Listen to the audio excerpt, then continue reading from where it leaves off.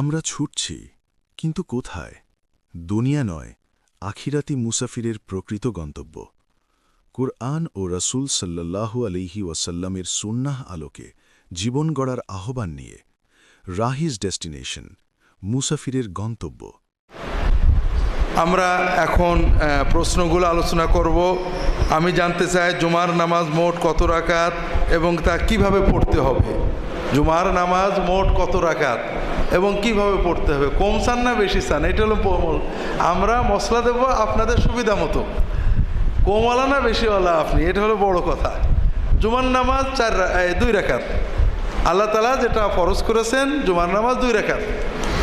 2 রাকাতের আগে এবং পরে রাসূলুল্লাহ সাল্লাল্লাহু আলাইহি ওয়াসাল্লাম যেগুলো পড়তেন এগুলোকে বলা হয় রাওয়াতেব, রেগুলার সুন্নত অথবা রেগুলার নফল অথবা সুন্নতে মুআক্কাদা, বিভিন্ন নাম আছে।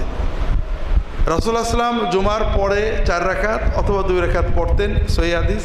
জুমার আগে কয় রাকাত পড়তেন স্পষ্ট নেই, তবে তিনি নামাজ পড়তেন। সাহাবীরা অনেকেই 4 রাকাত পড়তেন। কাজেই আপনি কমাতে চান না বাড়াতে চান? আমাদের সমস্যা হলো সবাই যে সুন্নত কাজটা আছে সেটা নিয়ে মারামারি করি, যেটা নেই সেটা নিয়ে কোনো কথা নেই। জুমার আগে 4 রাকাত সুন্নত পড়া হয়, এটা কিভাবে বন্ধ করা যায় এটা নিয়ে অনেকে অস্থির। না, জুমার আগে কাবলাল জুমা নেই। কথা হলো জুমার আগে নামাজ পড়তে রাসূলুল্লাহ সাল্লাল্লাহু আলাইহি ওয়াসাল্লাম অনেক হাদিসে বলেছেন যে তোমরা মসজিদে যে ইমামের না বেরোনোর মতো নামাজই পড়বা, 4, 6, 8, 10, 12, 14 যতবারও পড়বা।